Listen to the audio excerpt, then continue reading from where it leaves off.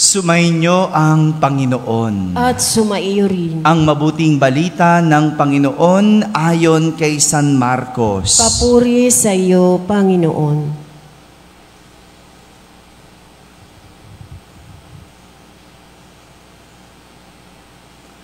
Noong panahong iyon, muling pinalapit ni Jesus ang mga tao at sinabi sa kanila, "Makinig kayong lahat at unawain ang aking sasabihin.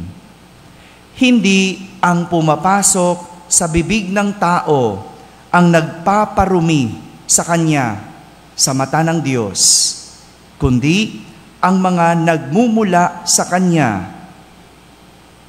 Ang may pandinig ay makinig."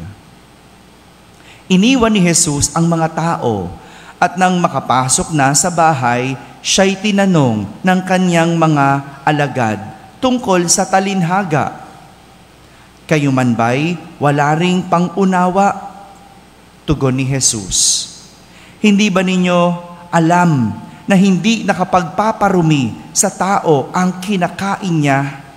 Sapagkat hindi naman pumapasok iyon sa kanyang puso, kundi sa tiyan. At pagkatapos ay idinudumi." Sa pagsasabi nito'y para nang ipinahayag ni Jesus na maaring kanin ang lahat ng pagkain. Nagpatuloy siya sa pagsasalita. Ang lumalabas mula sa tao ang nagpaparumi sa kanya sa mata ng Diyos, sapagkat sa loob, sa puso ng tao, nagmumula ang masasamang isipang nag-uudyok sa kanya na makiapid, magnakaw, pumatay, mangalunya, mag-imbot at gumawa ng lahat ng kabuktutan tulad ng pandaraya, kahalayan, pagkainggit, paninirang puri, kapalaluan at kahangalan. Ang lahat ng ito ay nanggagaling sa puso ng tao at siyang nagpaparumi sa kanya. Mga kapatid, ang mabuting balita ng Panginoon. Pinupuri ka namin, Panginoong Hesukristo. Magsiupo ang lahat at ating pakinggan ang homilya. Isang magandang umaga po sa inyong lahat.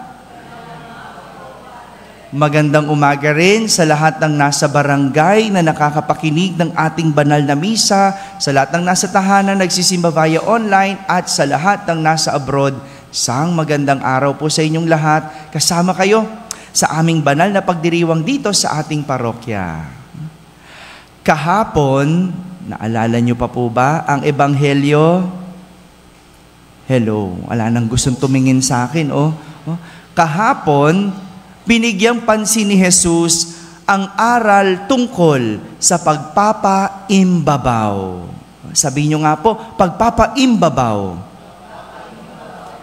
At ginamit niya ang halimbawa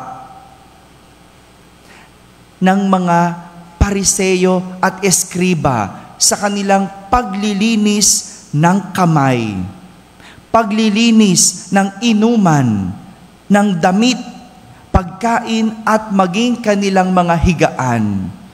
Di ba, narinig natin kahapon, meron silang minanang katuruan kung paano ito lilinisin. Yun yung kanilang sinusunod, yung kanilang tradisyon, yung minanang turo ng kanilang mga ninuno. Paraan ng paglilinis. Napaka-metikuloso. Alam niyo ibig sabihin ng metikuloso? Napaka-metikuloso. Kung titignan ang mga Pariseyo at Eskriba pagdating sa panlabas na kalinisan. Ngayong araw na ito, binaling naman ni Jesus ang pansin sa kung ano ang nakapagpapadumi sa tao. Kahapon, tungkol sa kalinisan. Ngayon naman, tungkol sa karumihan. Kinukumpleto na ni Jesus. At ito ay walang iba kundi sa nagmumula sa tao. Ang nagpaparumi sa tao ay ang nagmumula sa Kanya. Ang lumalabas sa Kanyang bibig at hindi pumapasok sa Kanyang bibig ang nagpaparumi sa tao. Tinuturo kasing dahilan ng karamihan na may mga pagkain na nagpaparumi sa tao. Yung mga Hudyo po, ito. Ang mga Hudyo, pinipili ang kanilang kinakain. Kayo po ba? Pinipili niyong kinakain nyo? O basta nakabubusog kinakain? Hello? Minsan nga, di natin pinipili kahit bawal kakainin. Di ba? Alam mo ng diabetic ka, bawal ka sa ano?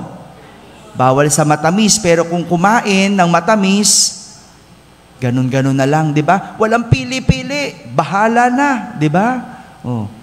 Pinipili ba natin kung malinis ang kinakain natin? Tusok kung tusok. Sausaw kung sausaw, di ba?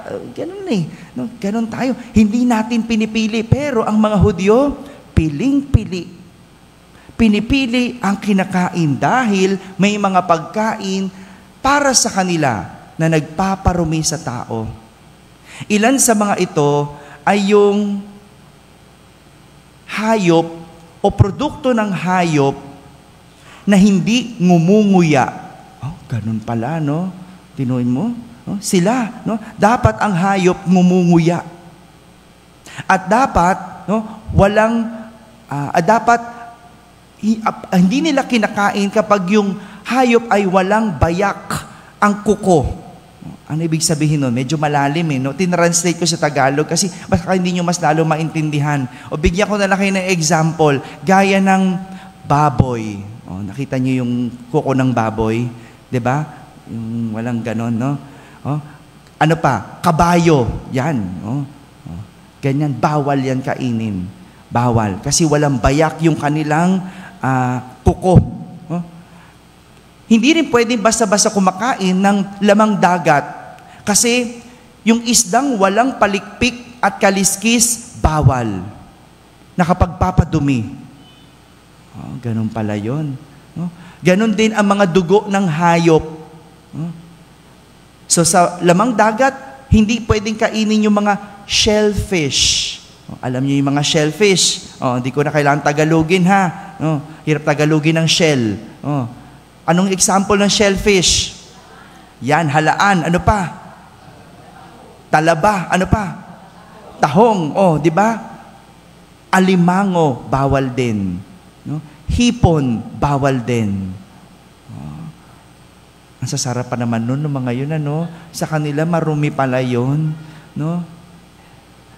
Kaya kung titignan, ang pinanggagalingan ni Jesus sa kanyang aral, malinaw na ang mahalaga sa kanya ay ang panloob na kalinisan na siyang nilalabas ng tao mula sa kanyang bibig, mula sa kanyang isip, at mula sa kanyang puso. Yung bang hipon lumalabas sa iyong ilong? Hindi, di ba? Yung bang hipon lumalabas sa iyong puso? Hindi, di ba? Kaya pwedeng kainin. Hindi yan ang magpaparumi sa iyo. Kahit pasabihin ng mga Hudyong marumi ito. Ang baboy, kabayo, kahit ano, no? Pwede nating kainin. Kung ang ating pinag-uusapan ay ang nagpaparumi sa ating katawan. Alam ko naman, di naman lahat kumakain ng kabayo. No? Pero di ba kinakain yan? Yung tapang kabayo, di ba? Pero kainin mo man yan o hindi, hindi yan ang magpaparumi sa'yo. Hindi yung pinapasok mo sa iyong bibig, kundi ang lumalabas sa iyong bibig. Nung pandemic, pinagtuunan natin ng pansin ang kalinisan. Di ba? May pa-alcohol pa tayo. O tingnan mo ngayon, meron pa ba? Wala na. No? Wala na nag-alcohol. No? Sige, sunggab na lang ng sunggab. No? Wala na.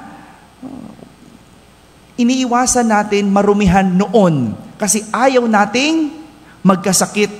Kasi pakiramdam natin at inisip natin at sinabi din sa atin na kapag tayo'y hindi naging malinis nung panahon ng pandemic, maaari tayong magkasakit. Hindi naman niya nawala. Nawala lang sa ating isip ngayon. No? Di ba? Parehas na turo pa rin yan. Maruming kainin mo ngayon, maruming ngayon, magkakasakit ka.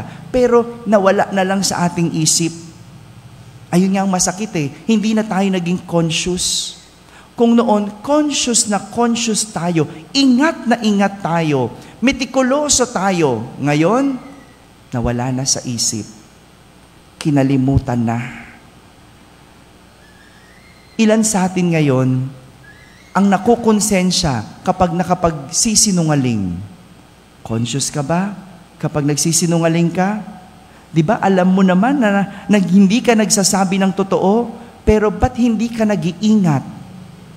Ilan sa atin ang pinapalo ang bibig kapag nakapagmumura? Di ba ganon? Pagka yung, ay may mali kang nasabi, gaganon ka pa? Meron pa bang ganon? Parang wala nang uso, di uso sa lugar natin yon, no? Basta lang, pag nagmura, para lang siyang nagsalita ng ordinaryong salita. No? Ilan sa atin ang nahihiya kapag nakakagawa ng mali? Kapag nahihiya ka, pinapalo mo yung bibig mo, nakukonsensya ka, kasi alam mo, conscious ka na may lumabas sa iyong masama.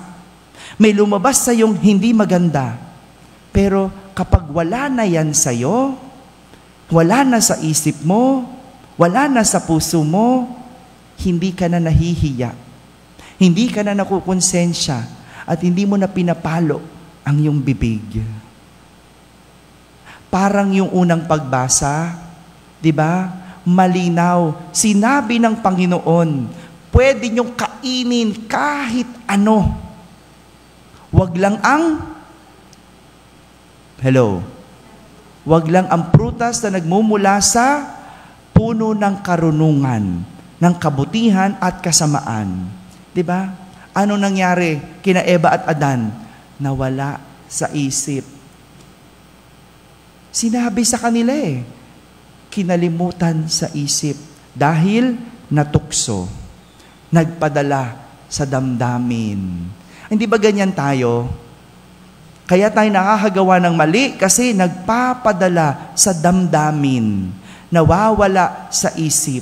Kaya nga, ang mahalaga kay Jesus, ang puso. Kalinisan ng puso. Dahil kapag malinis ang puso, malinis ang tao. Ulitin ko po, kapag malinis ang puso, malinis ang tao. Mga kapatid, ang taong nagpapasok ng dumi sa katawan ay nagkakasakit. Tama?